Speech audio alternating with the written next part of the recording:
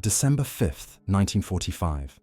6 months after the end of World War II, the skies above southern Florida were calm, scattered with faint cirrus clouds, the Atlantic below reflecting a winter sun. At Naval Air Station Fort Lauderdale, a group of young pilots from the U.S. Navy's Flight Training Squadron 79 prepared for what was meant to be a routine exercise. Their mission, a 3-hour navigation and bombing practice, the kind repeated hundreds of times during the war. But this one, designated Flight 19, would become one of the most haunting disappearances in U.S. military history.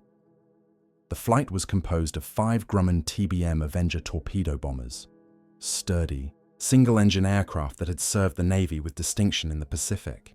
They were designed to take punishment, with armor plating around the cockpit and a powerful 1,700 horsepower Wright Cyclone engine. Each plane carried 3 men, a pilot, a radioman, and a gunner. Most of the aviators were trainees, fresh from wartime service or awaiting discharge, eager to log one last exercise before returning home. Leading them was Lieutenant Charles Carroll Taylor, a 28-year-old flight instructor with over 2,500 flight hours and combat experience in both the Pacific and Atlantic theaters. Taylor had a reputation for precision and professionalism, the kind of pilot who inspired confidence in those under his command. At 2:10 p.m., he and his formation took off from Fort Lauderdale, heading east over the Florida coastline. The weather was clear, visibility excellent. Over the radio, tower controllers logged the mission's opening moments as uneventful. The training route was simple: fly east to the Bahamas for a bombing practice at a site called Hens and Chickens Shoals, then turn north for a long leg over open sea before returning west to base. A textbook navigation drill designed to test compass corrections, dead reckoning, and endurance. By 3:00 p.m., the 5 aircraft successfully completed their bombing runs. Witnesses on a nearby Navy vessel later reported precise, coordinated drops, a textbook exercise. Everything was going according to plan. But within an hour, small anomalies began to surface. Radio operators at Fort Lauderdale recorded a transmission at 3:45 p.m. from one of the trainees. "This is FT3. I believe we are lost." Moments later, Taylor's calm voice cut through the static. "Both my compasses are out. I'm trying to find Fort Lauderdale, but we seem to be over the Florida Keys." To the tower, this message made no sense. The Keys were southwest of base. Flight 19 should have been hundreds of miles northeast. Controllers immediately advised Taylor to fly due west, the quickest route back to Florida's mainland. But Taylor, trusting his instincts, disagreed. "If we go west, we'll end up in the Gulf of Mexico," he replied. His students, relying on their instructor's authority, followed. The confusion deepened as the sun dipped lower on the horizon, and the Atlantic began to shimmer in fading gold. The Avenger was a reliable machine, but its navigational instruments were crude compared to modern standards. Magnetic interference, coupled with the faint electrical storm forming to the north, may have distorted Taylor's readings. Training maps offered few reliable landmarks, only endless stretches of water and scattered cays. In the cockpit, young aviators scanned the surface below, searching desperately for signs of land. Their fuel gauges ticked downward. Meanwhile, at Fort Lauderdale, radio operators worked frantically to triangulate the squadron's position using direction-finding stations from Miami, Nassau, and Grand Bahama. Each station returned conflicting bearings. The signals were too weak, too broken. At 5:00 p.m., an urgent order went out. "All stations, all ships, this is an emergency. Locate Flight 19. By sunset, the last reliable fix placed the squadron somewhere north of the Bahamas, still flying in formation, still trying to orient themselves. Taylor's voice, steady but strained, was heard once more. "We'll have to ditch unless landfall. When the first plane drops below 10 gallons, we all go down together." The transmission was followed by silence, broken only by intermittent static. Night fell over the Atlantic. Searchlights scanned the darkness, and rescue planes lifted from coastal bases to begin an all-night hunt. Families of the crew were notified the following morning that contact had been lost. Few imagined that 5 powerful naval aircraft, crewed by experienced airmen, could vanish without a trace only a few hours from shore. The disappearance of Flight 19 began not with a crash, but with a single navigational error magnified by time, fear, and failing light. In the final recorded moments, witnesses described calm professionalism amid uncertainty, a testament to the discipline of pilots trained in war, now trapped by peacetime complacency and nature's indifference. The Atlantic was silent that night, its surface hiding whatever secrets lay beneath. In the hours that followed, the US Navy would launch one of the largest search and rescue missions in its history, a mission that would, itself, deepen the mystery rather than solve it. As dusk fell on December 5, 1945, the situation over the Atlantic had turned critical. What began as a minor navigational confusion had grown into a full-blown emergency. The 5 TBM Avenger torpedo bombers of Flight 19 were now hundreds of miles off course, their fuel reserves dwindling, and their pilots uncertain of their location. The radio logs from Fort Lauderdale's control tower reveal a growing sense of disbelief. How could one of the Navy's most experienced instructors, Lieutenant Charles C. Taylor, lose his bearings on a routine flight? At 4:10 p.m., Taylor's voice came over the air again, tense but composed. "We're not sure where we are. We must have got lost after the last turn." One of the student pilots, believed to be Ensign George Devlin, broke radio discipline with an urgent reply. "If we just fly west, we'll hit land." But Taylor, trusting his instincts and misreading his compass, insisted they were somewhere over the Florida Keys.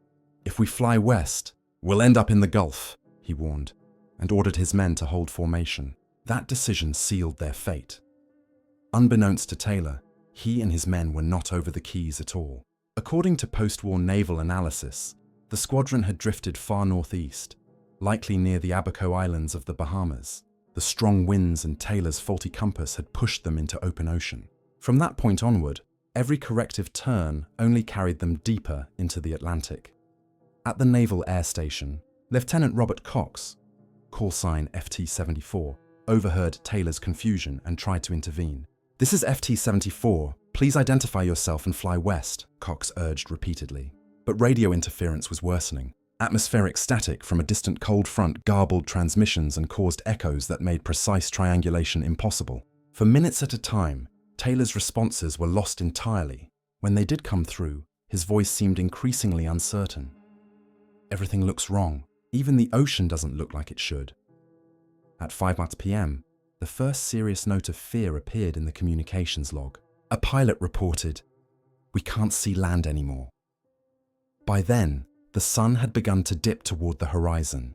The reflection on the sea's surface disoriented the aviators, obscuring their sense of direction. The Navy's post-incident meteorological report later confirmed that a bank of light fog had begun forming along their route, a subtle but deadly phenomenon for low-flying aircraft. Inside the control room, commanders faced an impossible situation. Every attempt to contact Flight 19 produced conflicting bearings. Some reports placed them north of the Bahamas, others hundreds of miles east of Florida. "It was like chasing a ghost," one controller later told investigators. "Every bearing contradicted the last." Still, they persisted. At 5:24 p.m., Taylor made one of his final coherent transmissions. "We'll keep heading 030 degrees north. When the first plane hits 10 gallons, we'll all ditch together." It was a grim but disciplined decision, a commander ensuring his men would stay together to improve their chances of rescue. The TBM Avenger was built for endurance, but in winter seas, even a water landing offered slim odds. The Atlantic temperature hovered around 68 Arctic. Survival time without life rafts was measured in hours, not days. The pilots, dressed in light gear for training, were not equipped for prolonged exposure. "We didn't train for this," one trainee had written in his logbook earlier that week. "Florida's warm, what could go wrong?" Back at base, Fort Lauderdale scrambled to alert coastal radar stations and civilian shipping lanes. All along Florida's eastern seaboard, ships were ordered to maintain lookout for flares or wreckage. But as night descended, the horizon disappeared into blackness. Any visual reference points, clouds, waves, even the stars were gone. The radio room continued to receive faint transmissions, bursts of static, fragments of conversation, then silence. At 6:30 p.m., a signal operator in Miami claimed to hear a final broken plea. "Don't come after us. They look like..." before the message cut out entirely. Whether this was truly Taylor's voice remains uncertain. The log entry was marked unverified, but it reflected the atmosphere of dread spreading through the rescue teams. The realization was sinking in. 5 Navy aircraft, all operating within range of US bases, had simply vanished. In later investigations, technicians examined the possibility of magnetic deviation caused by instrument faults or localized atmospheric interference. Yet the TBM's compasses, even if slightly off, would not fail simultaneously across all 5 planes. The more plausible theory was a combination of human error, fatigue, and weather distortion. The official report would later call it a chain of unfortunate coincidences, though many in the Navy disagreed. One commander wrote privately, "It was as if the ocean swallowed them whole." By 7 p.m., the airwaves fell silent. The last known words from Flight 19 were routine. "We'll fly 270 west until landfall. If we don't, we'll ditch together." No one ever heard from them again. When dawn broke over Florida on December 6th, the Atlantic was calm. The Navy had already mobilized its largest peacetime search and rescue effort on record. Over 300 aircraft and 21 ships would scour the ocean for days to come. But for now, the only certainty was absence. Somewhere out there, beyond the horizon, 5 aircraft and 14 men had vanished into the night. And in the early hours of the search, one more crew, a rescue flight, would disappear into the same empty sky.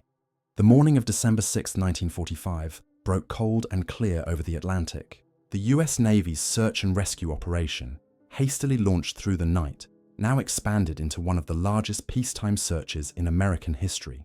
More than 300 aircraft and 21 ships spread across the waters east of Florida and the Bahamas, their crews scanning for wreckage, oil slicks, or life rafts. But as the hours passed, one fact became undeniable. There was nothing. No floating debris, no signal flares, no trace of Flight 19. At Naval Air Station Fort Lauderdale, the command center had become a hive of controlled chaos. Officers pored over maps littered with grease pencil marks, each one representing a possible flight path. The air was thick with the drone of communications equipment and the smell of stale coffee. Lieutenant Commander H.M. Schreier, overseeing coordination, issued a statement at 0800 hours. "We are operating on the assumption that the aircraft ditched northeast of the Bahamas." But confidence was fading fast. Every flight dispatched to the area returned with the same report: negative results. At Banana River Naval Air Station, 200 miles up the coast, another aircraft was prepared for launch. A Martin PBM-5 Mariner, callsign Training 49, known to crews as the flying gas tank due to its massive fuel load and volatile design, the PBM Mariner was a long-range patrol bomber capable of staying aloft for over 12 hours. At 7:27 p.m. on December 5th, only a few hours after Flight 19's last transmission, Training 49 took off into the darkness with 13 men aboard, tasked with searching the area east of Fort Lauderdale. Minutes after takeoff, the PBM was seen by the crew of the oil tanker SS Gaines Mills, cruising about 30 miles off the Florida coast. The tanker's captain later testified, "We saw a ball of fire in the sky at 7:50 p.m., about 10 miles ahead. It went down fast, an explosion, then nothing." The Navy logged the report immediately. The coordinates matched Training 49's search zone. A second rescue plane was dispatched to investigate, but upon arrival, it found only an oil slick, no survivors, no wreckage. The Mariner and its 13-man crew had vanished as completely as the men they were sent to find. Back at Fort Lauderdale, the news hit hard. The rescue crews were exhausted, running on little sleep and even less hope. Commander David White of the Naval Air Transport Service wrote in his report, "We have lost more men to the search than to combat this week." Yet the operation continued. For 5 days, aircraft flew grid patterns over 300,000 square miles of ocean. Ships combed every inlet and reef between Florida, the Bahamas, and Cuba. The US Coast Guard cutter Spar reported, "Search conditions excellent, yet found nothing but calm seas." The press caught wind of the story almost immediately. By December 7th, headlines across the country carried the same haunting message: Navy planes missing in Atlantic, 27 men feared lost. The coincidence of the date, exactly 4 years after the attack on Pearl Harbor, lent an eerie gravity to the loss. Families of the crew gathered at Fort Lauderdale and Miami naval stations, clinging to the hope that their sons and husbands had managed to ditch near an island. But as the days passed, that hope withered. Meanwhile, investigators began reconstructing Flight 19's path using the last known radio bearings and Taylor's transmissions. Their findings suggested that the squadron had turned northeast instead of west after their bombing run, a navigational error that sent them deeper into open sea. The Avenger's fuel capacity of 330 gallons allowed roughly 5 hours of flight. By Taylor's final message at 7:04 p.m., all 5 aircraft would have been on the brink of fuel exhaustion. The consensus: they likely ditched together, in formation, somewhere north of Abaco, and yet no debris surfaced. In wartime, even heavily damaged planes left oil trails or life vests. The Avengers were large aircraft, 40 feet long, 54-foot wingspans, built from reinforced aluminum. The Atlantic could claim them, but not without leaving evidence. The absence of wreckage perplexed even seasoned naval officers. Commander Schreier later remarked, "A plane that ditches leaves something. 5 planes do not disappear." Some modern analysts speculate that the Gulf Stream, a powerful ocean current running through the region, may have carried wreckage away within hours. Others suggest the Avengers sank quickly, their hatches sealed tight against the sea. Whatever the reason, by December 10th, the Navy's official stance shifted from search and rescue to recovery, though there was little left to recover. Still, questions remained. Why had Taylor, an experienced combat pilot, ignored orders to turn west? Why had all compasses failed simultaneously? And why, within hours, had an entirely separate rescue aircraft been lost in the same region? These inconsistencies began to feed rumors, whispered theories that would later fuel decades of speculation about the so-called Bermuda Triangle. But at the time, the Navy treated it as a tragic accident, a confluence of navigational error, faulty instruments, and bad weather. On December 19, 1945, the search was officially called off. No wreckage, no bodies, no radio beacons. 27 men were gone. The Navy's final report would call it cause unknown. Lieutenant Charles Taylor's mother, refusing to accept that her son was to blame, successfully appealed the verdict, leading to a revised conclusion: flight leader not at fault. As the investigation closed, one phrase from the control room logs stood out among the rest. Last transmission received, 1904 hours. Nothing further heard. The words marked the end of Flight 19, and the beginning of an enduring mystery that would haunt aviation history for generations to come. By dawn on December 6, 1945, the Atlantic Ocean had become the epicenter of one of the largest maritime air searches ever conducted in peacetime. For the US Navy, this was more than a missing flight. It was a question of credibility. The war had just ended. America's military machine stood at its peak, and yet 5 combat-proven aircraft and a 13-man rescue crew had vanished without a trace. Only 200 miles from home, the search effort began in earnest at first light. Navy Catalinas, B-17s, PBM Mariners, and even civilian planes were drafted into the operation.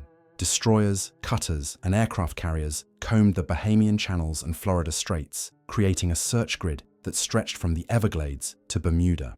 Each unit was assigned a 30-mile sector, methodically scanning the waters below. Radio silence was replaced by constant chatter, coordinates, course corrections, and the occasional, disheartening negative contact. On board the aircraft carrier Solomons, a converted escort carrier acting as a mobile base, Commander David White described the scene. The ocean was calm, the sky perfectly clear.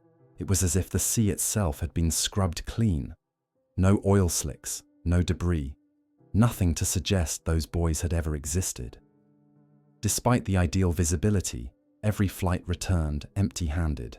The Navy had expected to find wreckage within hours. Instead, they found an absence so complete that it defied logic. By mid-morning, a PB-4Y1 privateer reported what seemed like a breakthrough, a large patch of discolored water east of Fort Lauderdale, possibly oil from one of the Avengers.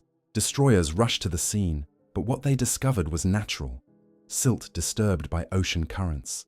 "We were chasing shadows," one sailor later remarked. "Even the sea was deceiving us."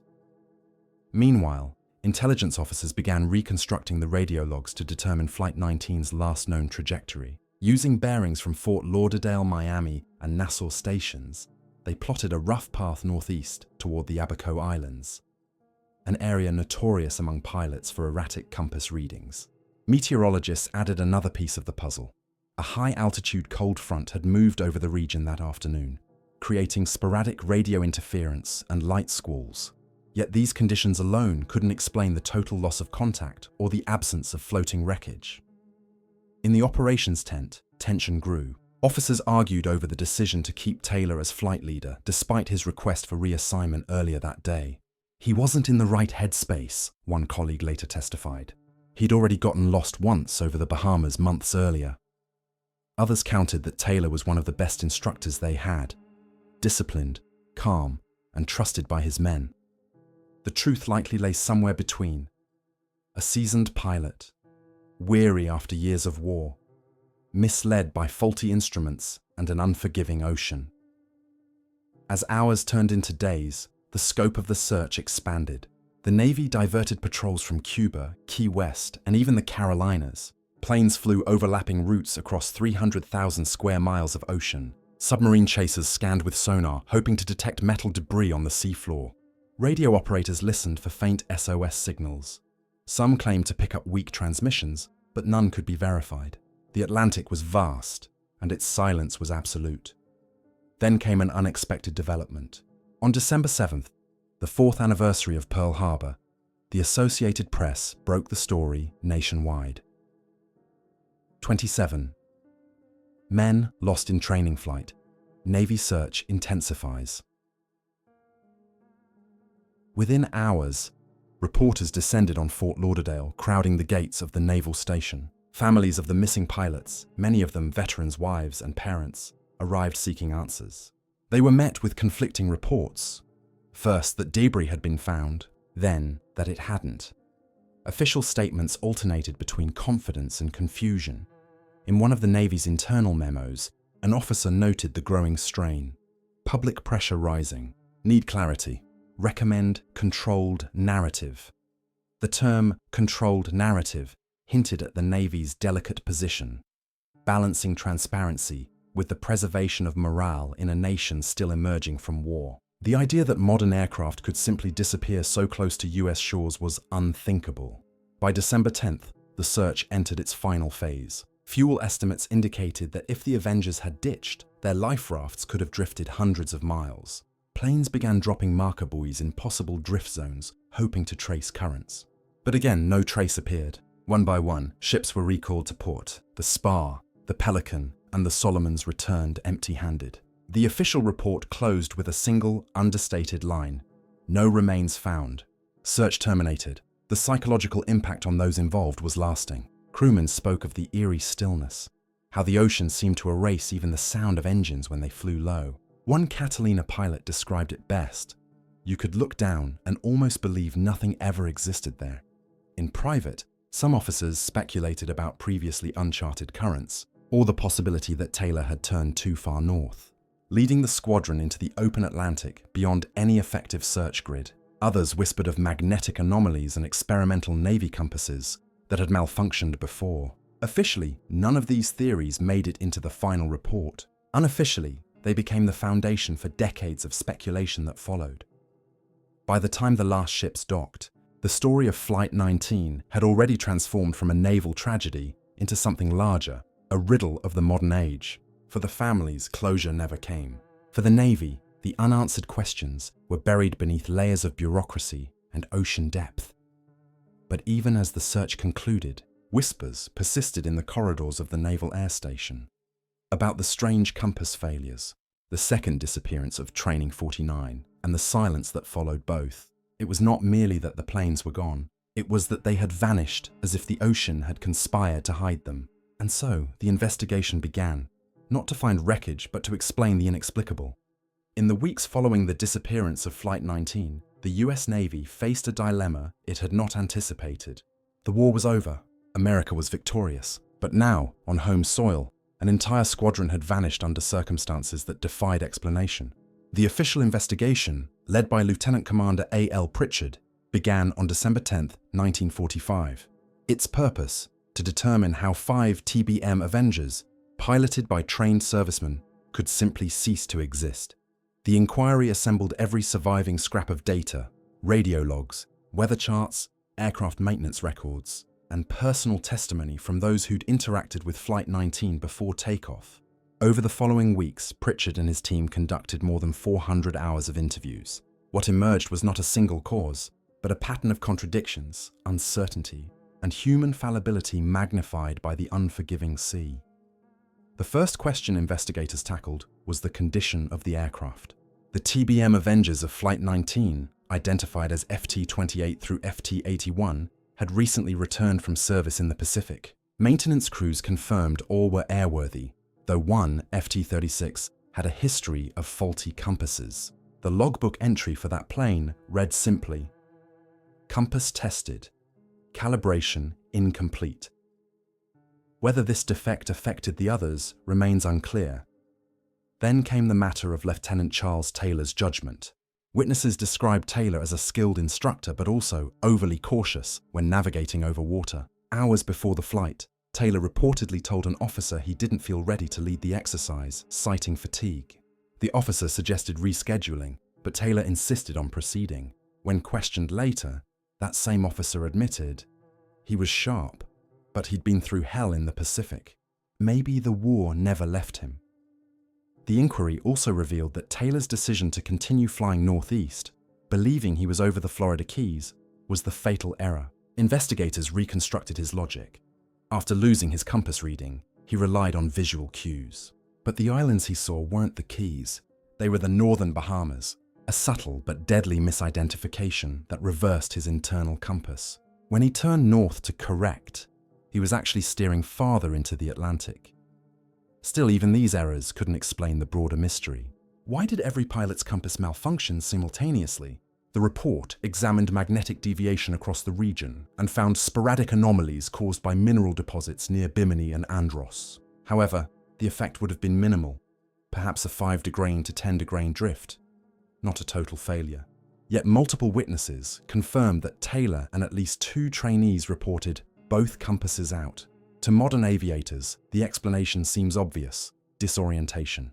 The combination of low altitude, overcast skies, and a featureless horizon can easily cause spatial illusion, a condition where the brain misinterprets flight orientation. In 1945, this was less understood. Taylor's training emphasized visual reference and instinct, not instrument dependence. In his mind, wrote one investigator, he was certain he was right, and that certainty doomed them. But not all accepted that conclusion. Several officers objected to the first draft of the report, which blamed pilot error. Taylor's mother, Catherine, formally appealed the verdict, citing her son's decorated service record and the known issue with the aircraft's navigation equipment. The Navy, under public pressure and internal sympathy, quietly amended the official finding in February 1946. The final document read, "Cause of accident, unknown. Flight leader, not at fault." Meanwhile, fragments of rumor began to spread among Navy personnel and journalists alike. Some spoke of strange lights seen off the coast that night. Others of unverified radio intercepts from unidentified sources. None of this made it into the official record, but the damage was done. The seeds of myth had been planted. Myth that would grow, decades later, into the legend of the Bermuda Triangle. For the families, the paperwork meant little. Funeral services were held in absentia across Florida and the Midwest. No bodies were recovered. The Navy placed bronze memorial plaques at Fort Lauderdale, honoring the 27 men lost, Flight 19 and the PBM Mariner's crew. The inscription read simply, "They flew into eternity." In the months that followed, the Navy reviewed its flight training procedures, adding new rules for overwater navigation. All aircraft were required to carry updated life rafts, dye markers, and improved emergency transmitters. A new radio protocol ensured faster triangulation of distress calls, quietly. These reforms acknowledged the lessons of Flight 19, even if those lessons could never be publicly stated as cause and effect. Yet the mystery endured. Reporters continued to question why the Navy, despite such vast resources, could find no trace of the Avengers or their crews. In a 1946 Associated Press interview, one investigator confessed anonymously, "The sea has a way of taking what it wants. Sometimes it gives back, sometimes it doesn't." Years later, sonar expeditions and private dives would search for the wrecks. None would succeed. In 1991, a group of divers located 5 TBM Avengers off the coast of Florida. But the serial numbers didn't match Flight 19. The lost squadron, it seemed, still slept beneath the Atlantic. By the end of the inquiry, The Navy's report filled 500 pages. It offered data, analysis, and speculation, but not resolution. The official stance remained cautious. Mechanical failure, human error, or environmental interference, possibly all three. The truth, as one historian later put it, was swallowed by the same silence that took the planes. As the final pages of the investigation were signed, one note from Commander Pritchard's diary stood out, a quiet reflection written in pencil. "We closed the case, but not the wound. The ocean holds its own secrets, and it does not share them easily." The report was archived, the case marked inactive, but the story was far from over, because the absence of answers, more than any theory, would keep Flight 19 alive in the public imagination, and soon that imagination would transform a military tragedy into one of the most enduring mysteries of the modern age.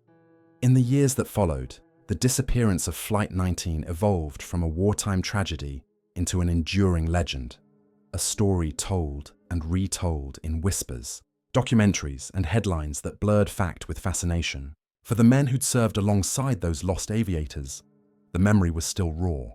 Yet for the public, it became something else entirely: the mystery of the Bermuda Triangle. By 1946, official investigations were closed, files sealed, and the Navy eager to move forward. The war had given Americans enough loss to mourn, and Flight 19 became a quiet footnote. 5 planes, 14 men, cause unknown. But silence breeds speculation. Journalists revisited the story with growing curiosity, asking why the largest search in naval history had produced no wreckage, no signal, no explanation. In the absence of answers, imagination filled the gaps. By the 1950s, the post-war fascination with aviation, exploration, and Cold War secrecy began reshaping the narrative. The region where Flight 19 vanished, between Florida, Bermuda, and Puerto Rico, was soon branded the Triangle of Death by sensationalist writers. The name that would later grip the world, the Bermuda Triangle, was coined in 1964 by journalist Vincent Gaddis in Argosy magazine. His article didn't invent the mystery, but it crystallized it. A place where planes and ships vanished, where instruments failed, and where human logic faltered. At the center of it all, Flight 19. Historians, however, took a different view. As archives opened and Navy documents were declassified, the picture that emerged was less supernatural and more profoundly human. The records confirmed instrument malfunction, navigational error, and poor weather convergence. Yet they also revealed something deeper: the peril of overconfidence in the early age of aviation, and the thin line between mastery and misjudgment in the skies. The TBM Avenger was one of the most dependable aircraft of the war, but it was not immune to its environment. Its magnetic compass was notoriously sensitive, prone to deviation when flying over iron-rich seabeds. The weather, though clear on radar, could turn deceptive in the subtropical Atlantic, where light fog and the absence of horizon disoriented even seasoned pilots. The Navy's own internal review decades later described the case as a tragedy born of circumstance, not of mystery. Still, for many, that explanation felt insufficient. The very nature of the loss, 5 aircraft in formation, vanishing without wreckage or radio distress, seemed too complete to be mundane. Search logs confirmed that even with thousands of square miles scanned, not a single identifiable piece of debris was ever recovered. Not one oil slick, not one floating raft, not a shred of aluminum bearing a serial number. It was the totality of absence that haunted investigators most. Over the decades, expeditions sought to uncover the truth. In 1958, Navy sonar teams swept the seabed off the coast of Florida. In 1965, the British research vessel Explorer used magnetometers to map anomalies. Each expedition returned with theories but no evidence. In 1991, 5 TBM Avengers were indeed found on the seabed near Fort Lauderdale, sparking global headlines. But their serial numbers proved they were not Flight 19. The lost squadron remained lost. By the 1970s, the myth had transcended its origins. Popular books like Charles Berlitz's The Bermuda Triangle turned Flight 19 into the archetype of unexplained disappearance, a story woven into popular culture, from documentaries to films like Close Encounters of the Third Kind. In every retelling, the historical facts grew slightly dimmer, replaced by speculation and the allure of the unknown. Yet, through it all, one truth persisted. 5 young pilots went up that afternoon and never came home. In the 21st century, researchers revisited the case with modern technology. Satellite data and improved ocean mapping offered new insights. Studies of wind drift and sea currents suggested that any debris might have been carried far northeast, possibly into the Sargasso Sea, an area infamous for trapping wreckage beneath dense mats of seaweed. Still, the mystery resisted resolution. Oceanographer David Bright, who led several searches in the early 2000s, put it succinctly: "The ocean doesn't hide its dead, it keeps them, just too deep for us to see." Today, the story of Flight 19 endures not as a supernatural enigma, but as a sobering reminder of aviation's early risks and the limits of human perception. It is a story of precision turned to chaos, of confidence eroded by uncertainty, and of men whose discipline could not overcome the vastness of the sea. Their last recorded decision, to ditch together rather than scatter, speaks of courage, unity, and faith in one another, even as the sky and compass betrayed them. At Fort Lauderdale's Naval Air Station Museum, a memorial still stands, 5 marble pillars, each etched with the names of the missing airmen. Above them, a bronze plaque bears a single phrase: "They flew into eternity." Every December, families and veterans gather there, reciting the names aloud, listening as the sound of passing aircraft fades into the distance, much as it did that night in 1945. For historians, Flight 19 represents a confluence of fact and legend, a story that warns of both human vulnerability and our enduring need to explain the inexplicable. The Atlantic may one day reveal its secrets, perhaps when technology reaches depths it has yet to conquer. But until that moment, the Lost Squadron remains a haunting testament to the mysteries that lie between sky and sea. And so, 80 years later, the question endures: how can 5 planes and 27 men vanish in plain sight? The answer, perhaps, lies not in conspiracy or myth, but in the ocean's most immutable truth: that it remembers everything, but tells nothing.